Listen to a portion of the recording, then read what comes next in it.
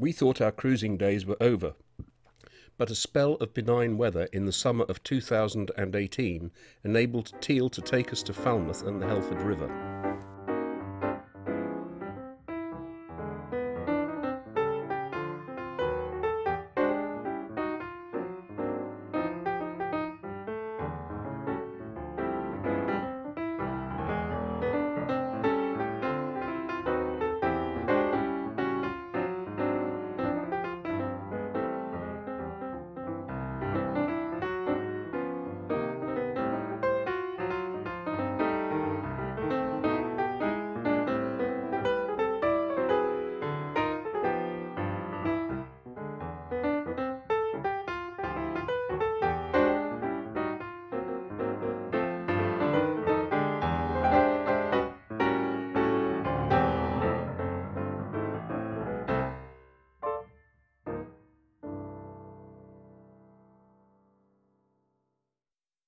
Our 2018 cruise started to form at the end of May. The spring weather had been persistently cold and wet. Many boats were late launching, but at the beginning of June the weather suddenly changed. It reminded me of the summer of '76. In that year we were living in Newcastle. At some time during 8 of the 10 months leading up to May 1976 we had seen snow. It had even snowed during the first week of June. Then, quite suddenly, the weather had changed and the heat waves started, which persisted at varying intensity till the middle of September. Eventually, a minister for drought was appointed. It was towards the end of the hot spell, and a few weeks later it rained heavily, and he was reappointed as Minister for Floods. Could 2018 be similar? We could only hope, apart from the floods. It would be early July before the weather forecasters were confident enough to publicly make the same comparison. After a successful cruise to the Channel Islands in 2017 organised by the Royal Southern Yacht Club, we decided to join the fleet travelling to the West Country in mid-July 2018. However, we had already learned that motorboats do not like waves and it is essential to pick your weather. With Dan's limited mobility, we reckoned we needed a sea state of smooth or slight to make a comfortable passage. On the 2017 cruise, we had been delayed by 2 days due to moderate seas in the Channel. The result was that although we met the Royal Southern Fleet at Guernsey, we had needed a lay day for Dan to rebalance her medication, and it was impossible to keep up with the fleet. So in 2018 we decided that we would try and leave early and get across Lyme Bay, then wait for the fleet to arrive. As Pat North, the event organiser, said, "That's good, you can catch up from in front." The Royal Southern Yacht Club programme was planned to start with a cruiser race from Lymington to Portland on 21st of July. Our broad thinking was to leave the Solent about a week earlier. Anxiously, we watched the weather, which we could see for about 10 days ahead using NetWeather or Zygrib apps on the computer. There were signs of a short period of unsettled weather on the 15th and 16th of July, so we slightly advanced our plans. After refuelling on the 11th, we hauled out for a scrub at Marchwood Yacht Club on the 12th of July, loaded the last perishables, and made our way to Newtown for the night. We were on our way. As so often happens, Newtown treated us to a golden evening.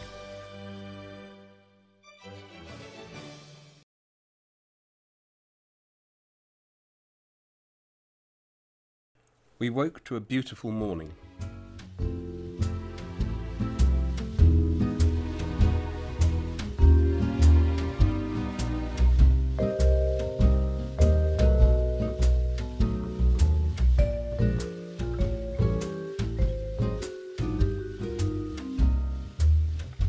Despite the ominous date, the forecast was so good that we decided to make a long passage direct to Dartmouth. For Lyme Regis to Land's End, the inshore forecast was variable, mainly north or northwest 3 or 4, smooth or slight, fair, with showers later, good, nearly perfect. Teal started the engines at 10:10, cleared the weed from the chain and proceeded through Hurst and past the Needles at about 15 knots. By 1200 we could see Anvil Point 3 miles away and we charged towards Portland. The sea was amazingly smooth. I had loaded a route that took us 6 miles south of Portland Bill to keep just clear of the Portland race. As we approached, it was clear the race would be in a benign mood, so we cut the corner and passed only 4.4 miles south of the Bill. The haze removal from the photo makes it look a lot closer. At 13:25 we slowed to 900 rpm, about 8 knots boat speed, though we had 11 knots over the ground. It allowed Dan to move about the boat and for both of us to enjoy smoked salmon and Philadelphia on slims for lunch. There was nothing in sight except a few boats making the same or reverse passage. At 15:15 the Devon coast emerged from the mist. Then back up to speed.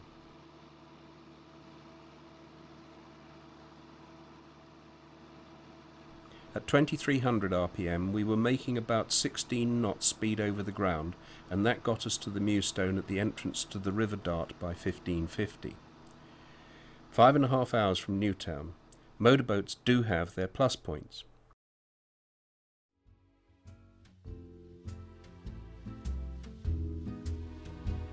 By 16:40 we were anchored in the pool off Kingswear opposite Dartmouth.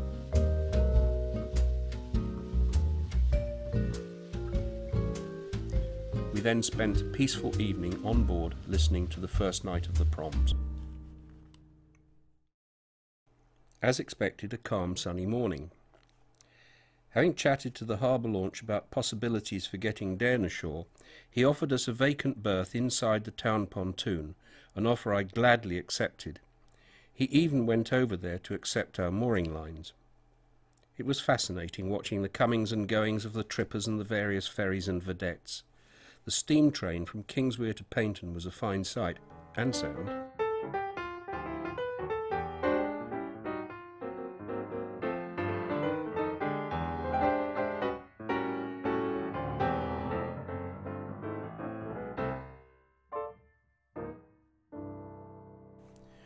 I went ashore to get a new chart portfolio, having forgotten my rather old Falmouth to Torquay set. I also booked us into the Royal Castle Hotel for dinner, where we had the best turbot dish either of us had ever tasted.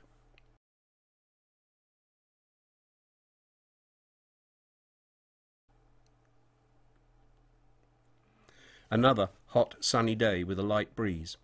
We wanted to go up to Dittisham and decided the best time could be early afternoon when the weekenders had departed. It did not work. At about 1400 we left and headed upriver. As we approached the anchor stone, we could see that all the visitors' buoys were occupied. I spoke to one motorboat with the intention of rafting alongside, but he said he was waiting for a bigger mooring to clear. We decided to proceed upriver and come back an hour later to see what the situation was then. After rounding Gurrow Point, there were several yachts anchored in an attractive-looking spot. It looked very peaceful, so Teal anchored there. It is a lovely anchorage. Teal was a little too far out, so I re-anchored a little further away from the main ferry track. The downside was that in our previous spot we had had line of sight to Gallanton and a very strong mobile signal.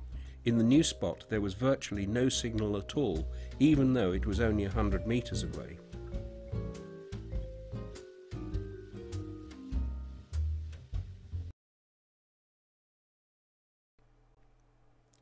A slight mist in the morning burned off slowly with little wind. It was very peaceful.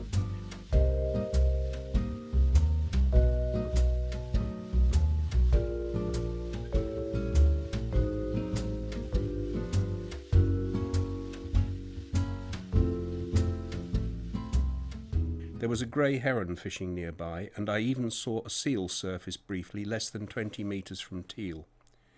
As forecast, the weather was showing signs of deterioration. The barometer was dropping slowly.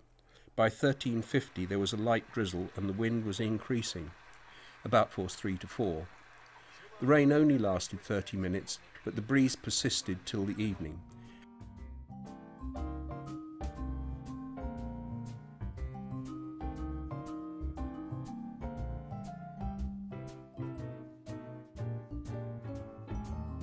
This was a very lazy day, finished off by watching a Bond film on our little television.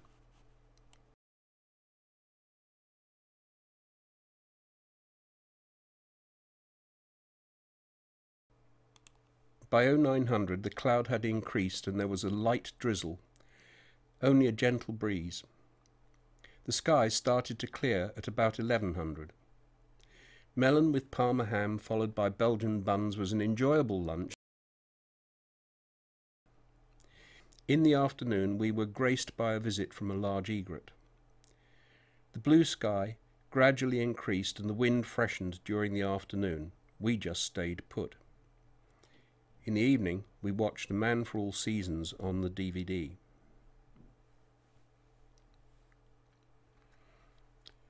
A colder, greyer day. We had decided to explore the Dart up to Totnes, something we had not attempted in Ariadne with her 1.8 metre draft. So we were awake earlier than usual and weighed anchor at 0830, about half tide up. With engines doing barely more than ticking over, we were swept up the river by the tide, making about 6 knots over the ground. It is a beautiful river. We saw some wildlife, including seals and a flock of geese.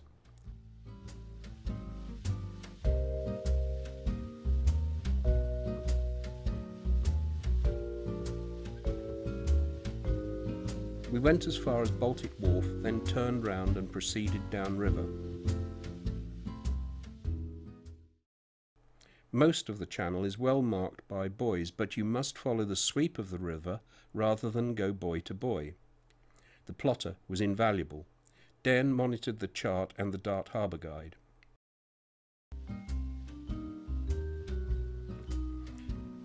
As we passed Bow Creek, which dries, we decided to explore and managed to get right up to Tuckenhay despite not noticing one red buoy tucked in close to the bank. That led to the depth below keel dropping to 0.4 metres. Over the years we have made several visits by dinghy to the maltsters at Tuckenhay. It has generally been excellent. If the tides were perfectly aligned to eating times, I would happily go there again. There is a good pontoon and a ladder that I think Dan could just about tackle. We then returned to Gurrow Point anchorage for even more peace and quiet. We like that anchorage. That evening we watched the Italian job, Light Relief. As the light faded, it was very still.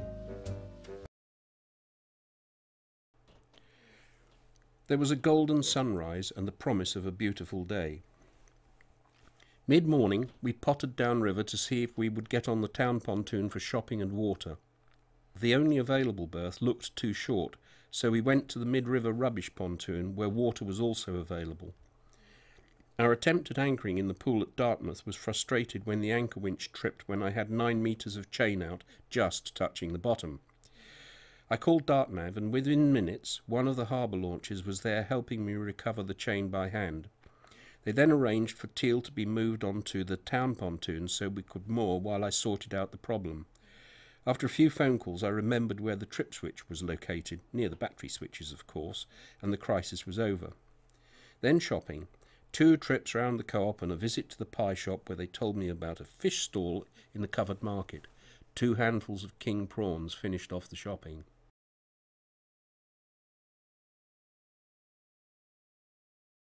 Another Bond film, Goldfinger, who reminds me of Donald Trump. Do you remember when we thought it was fiction? Up at 0700 on a sunny, calm morning to get the Maritime Safety Information broadcast. Still looking benign, though a weak front was expected at the end of the day. We left at 12:15, refuelling with 451 litres before going back to the Gurrow Point anchorage. It was a peaceful afternoon listening to Carl Jenkins' music. I tried the radio-controlled laser, but was foiled by strong tides and some dirty battery terminals. I had to actually recover it with the dinghy. In the late afternoon, the wind freshened under a bright summer sky. The cloud increased as a forecast weak front approached, but faded during the evening. Geese and a swan visited Gurrow Point. It had been a quintessential summer's day, so cold meat and salad followed by raspberries and cream seemed appropriate. The DVD that evening was the original Steve McQueen, Faye Dunaway, Thomas Crown affair, my all-time favourite film. Clever, witty, beautifully shot despite the very 1960s costumes, editing and special effects. A calm, grey, slight mizzle at first. The WhatsApp message confirmed that the Royal Southern Fleet has departed Lymington for Portland.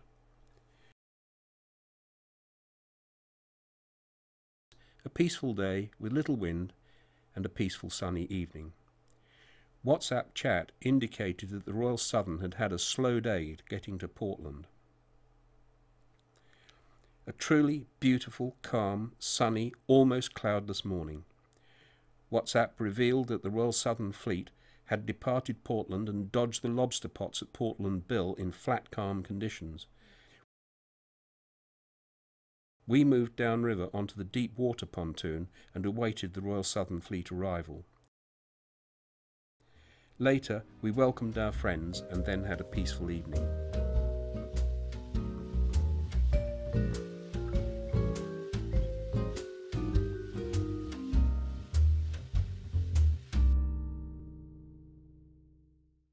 An interesting morning.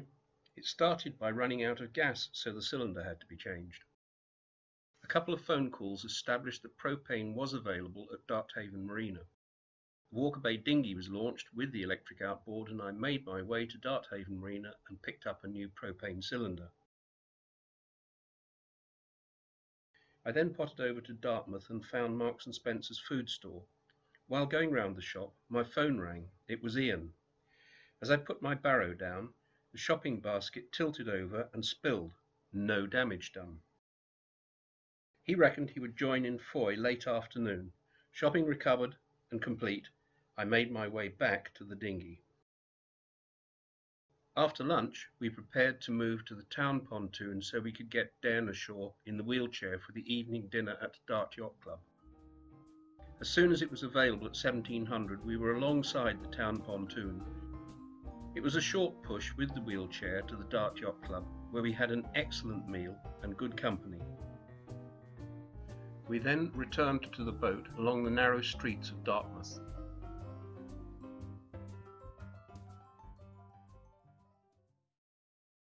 It was time to get back to sea after a relaxing week in the Dart. The Maritime Safety Information broadcast for Lyme Regis to Land's End was giving variable, mainly southwest, becoming northwest 3 or 4, smooth or slight, mainly fair, good. A brilliant forecast for motorboats, but not so good for the yachts of the Royal Southern Fleet. This VentuSky page shows the weather pattern at 1300 hours on the 24th of July. Winds would be less than 10 knots all day. The wave height shown in the inset would be about 1/3 of a metre. Temperature would be approaching 20 degrees centigrade even at sea. We left the pontoon at 08:45 and joined the Royal Southern Fleet awaiting their 0900 start. There was no wind, so they proceeded under engine. There was no point in waiting, so Teal was worked up to 15 knots, that's about 2,300 revs, until start point was rounded.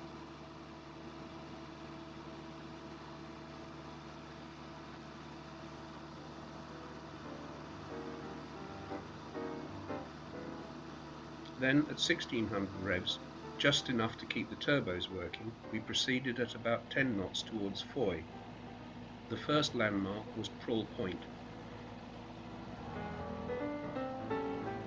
A little later we passed Bolt Head and Bolt Tail. The sea was glassy calm.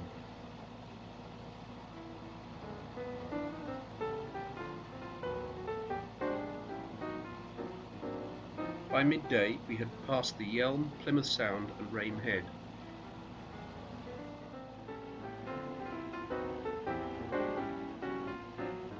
To seaward we could see the Eddystone.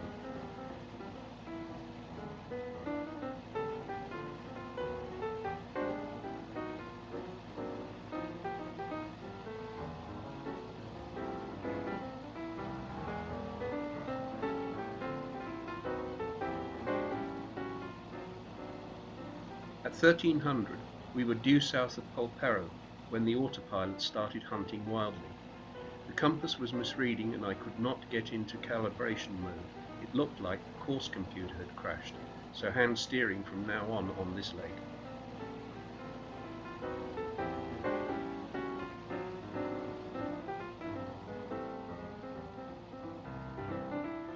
By 1405 we were made fast on a mid-river pontoon in Foy. By 1600 son Ian had joined us, having travelled by train and taxi from Nottingham. One by one the Royal Southern Fleet arrived and we helped them make fast. Ian cooked a great spaghetti bog for supper, which we shared with Phil, who is sailing a small Cheverton single-handed as part of the Royal Southern cruise.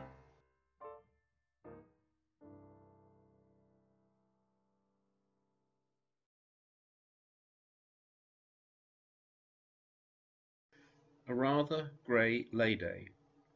Ian and I went shopping before Ian took the Walker Bay for a sail to the harbour entrance and back. His comment was, "Not the same pickup as Neil's 505, but fun." We had not seen Ian for a couple of years, so there was a lot of catching up to do. After a quick pizza lunch, we relocated to a pontoon so Dan could get ashore for dinner at the Royal Southern Yacht Club with the Royal Southern Fleet that evening. It was an interesting walk through the narrow streets of Foy. Ian drove the wheelchair to the Royal Foy. The view over the river was really pleasant on this summer evening, with the local fleet out for a midweek race. The Royal Foy had recently lost their chef, so supper was bought-in fish and chips.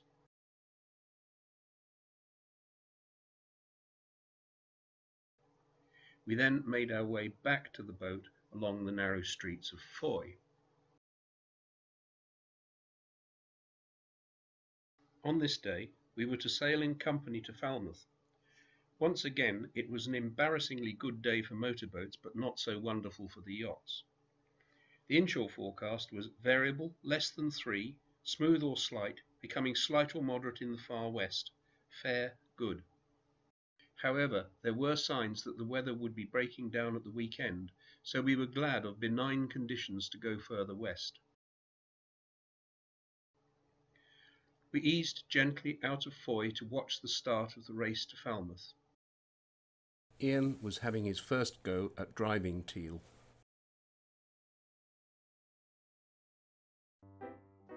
There were dolphins about.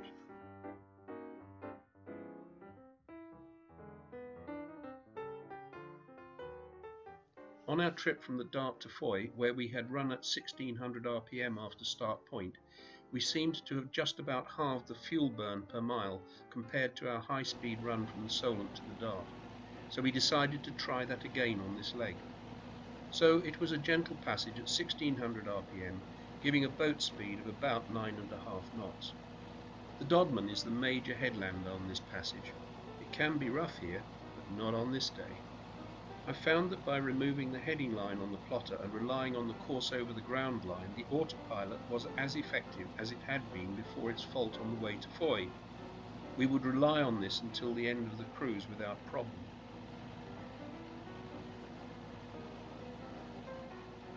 After rounding St Anthony's, we made our way gently into Falmouth Yacht Haven.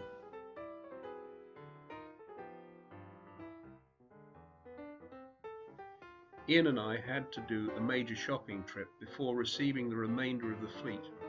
At 18:30 there was an excellent pontoon party. Phil's barbecue meant we needed no supper.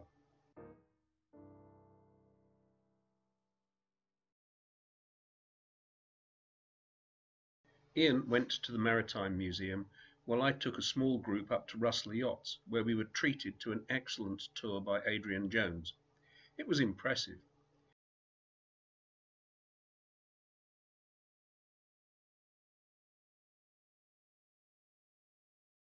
We then walked to the Royal Cornwall Yacht Club for a buffet lunch. Lunch was excellent, except that Ian found a tiny slug in his salad, still wriggling. As he said, just as well it was not half a slug. Then, in the late afternoon, we relocated to Helford. The forecast was for severe weather through the weekend, but we preferred a mooring in a beautiful place to a marina car park in a town centre.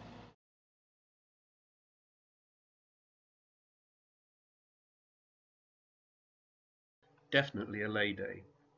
We had been moving or partying almost every day, so Dan was glad of an opportunity to have a slow morning. The wind was fresh even in the sunny morning, and there had been heavy showers overnight. It quickly clouded over. The forecast was for fairly severe deterioration throughout the day, with heavy and gusty showers. That is how it turned out, though the periods between the showers were deceptively calm. We just stayed on board, alternately binging on episodes of Hornblower on DVD and playing a railway board game. The forecast for the Sunday remained fierce, and it looked as though the waves south of Plymouth on Monday would be so high that we could not start the journey home. We were beginning to see some time pressures to get Ian back in time for his flight back to New Zealand, but we remained relaxed as there were several options available.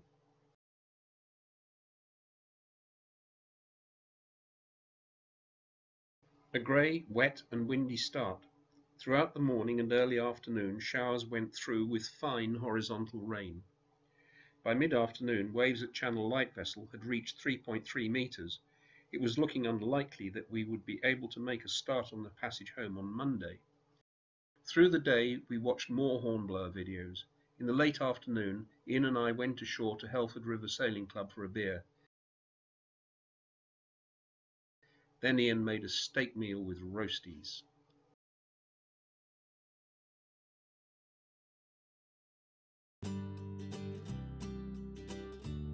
The forecast was for moderating weather, but wave height at Channel Light Vessel was still 1.7 metres. The inshore forecast was for moderate to rough, becoming slight or moderate.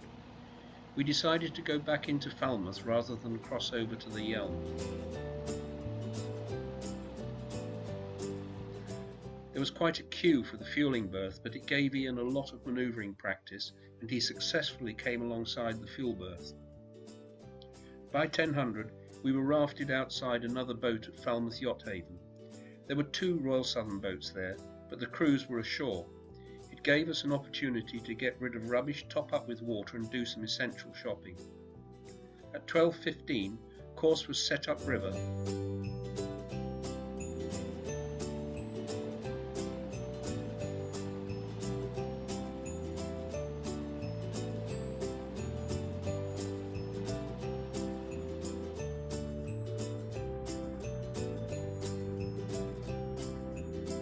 An hour later, we were on the ruined pontoon above Smuggler's Cottage in the Fell. The weather was settling, so Ian and I played with the radio-controlled laser model.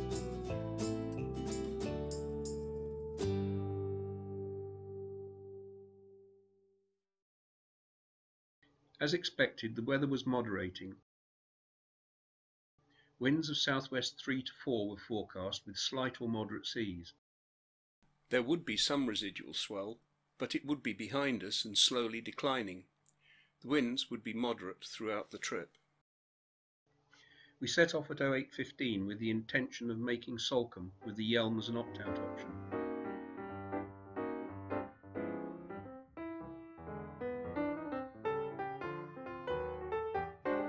By 0900, St Anthony's Light was 1 cable abeam.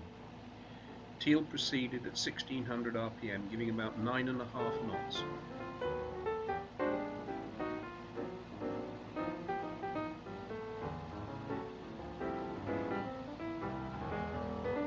By 12:15, the Eddystone Light was just over a mile to the north. It was only halfway through the passage that the CA handbook was checked to reveal that there was no apparent fueling berth at Solent. This meant we had to go on to Dartmouth, as I wanted full tanks before crossing Lyme Bay. The tide was turning foul as we came level with bolt tail, so speed was increased to 2,300 RPM, about 14.5 knots.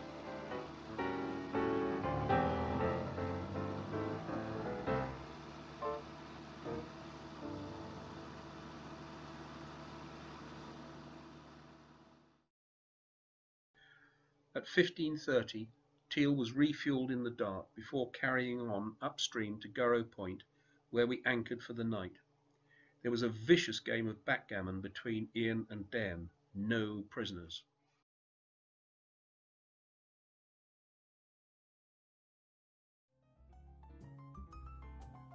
It has been normal to run the generator for an hour morning and evening.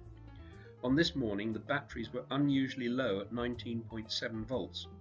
This was probably caused by leaving the throttle system switched on.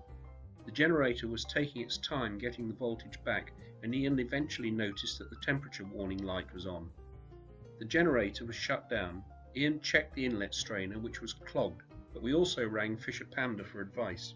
They recommended that the impeller should be checked and if necessary replaced. Ian got the impeller out and it seemed fine, but we decided it should be replaced. A couple of phone calls established that the correct spares would be available at Darthaven Marina.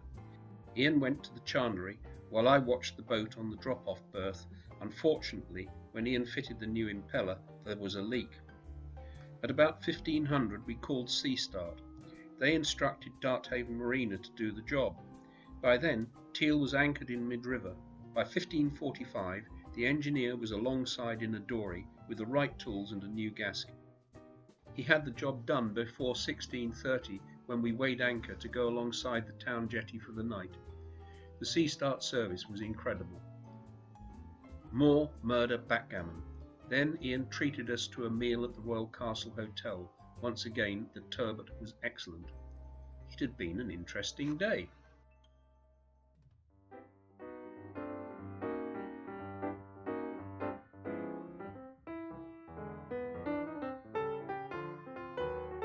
An early start 0720 for the long haul round Portland. At first there was some sun. It looked like being a perfect summer's day.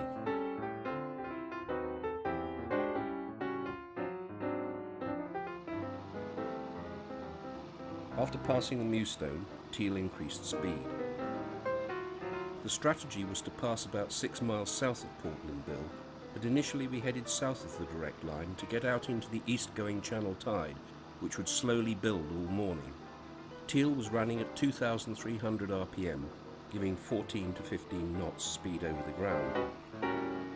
By 0810, we had start point bearing 251 at 13 miles and slowed to 1,600 RPM, giving about 9.5 knots. The forecast was for light winds and a subsiding sea, though we did see a long swell of about a metre until we were past Portland. Teal was surging forward, gaining a couple of knots on each wave, then relaxing until the next one. After initial sunny skies, it gradually clouded over. As the morning progressed, the speed over the ground slowly increased to 11 knots. Visibility was soft, so the Devon coast was only just visible in the distance. By 11:20, we were due south of Portland. We were past Portland before the visibility improved for us to see it in the distance. The course then took a long curve round the St Albans race, though neither Portland nor St Albans races showed any sign of activity. Ian and I had taken turns at watchkeeping, but Dan retired to her bunk and slept for the second part of the trip. Gradually we approached St Albans. Curving round outside the St Albans race, Anvil Point appeared. The Purbeck coast led us past Swanage and on to the Old Harry Rocks.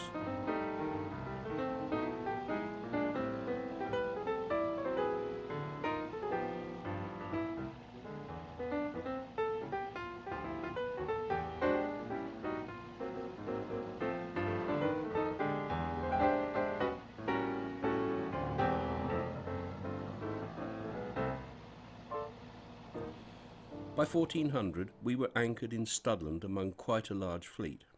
It was very hot, but Ian helped me fit the clips for the new deckwash hose and measure up for solar panels for next year.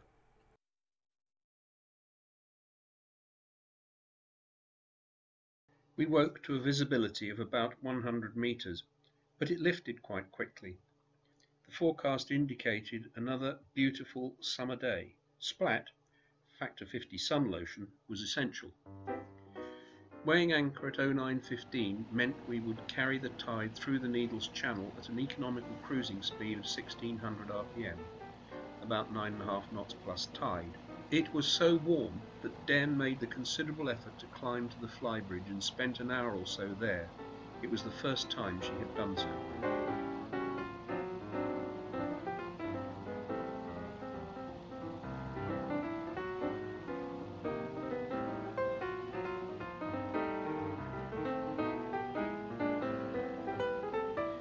11:30 Hurst Castle was abeam and the speed over the ground briefly touched 12.5 knots, even though the tides were neap.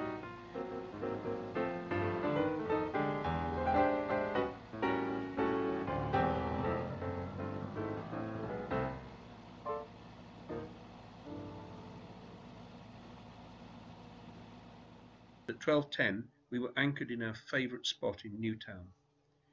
Lunch consisted of prawns followed by strawberries and cream. We sat inside because it was so hot outside, and Dan was exhausted after her earlier effort. We changed from Royal Southern Yacht Club colours to the Red Ensign and Marchwood Yacht Club burgee. At 1400 we weighed and proceeded in flat water to Marchwood.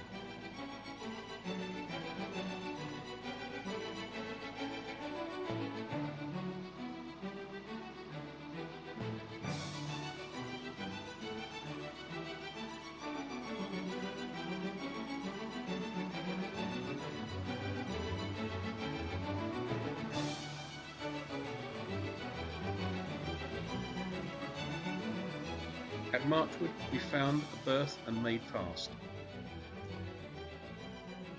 The whole cruise had used about 49 hours engine run. Ian prepared a steak meal and we sampled the malt whisky he had bought for my birthday, a fitting end to a good cruise.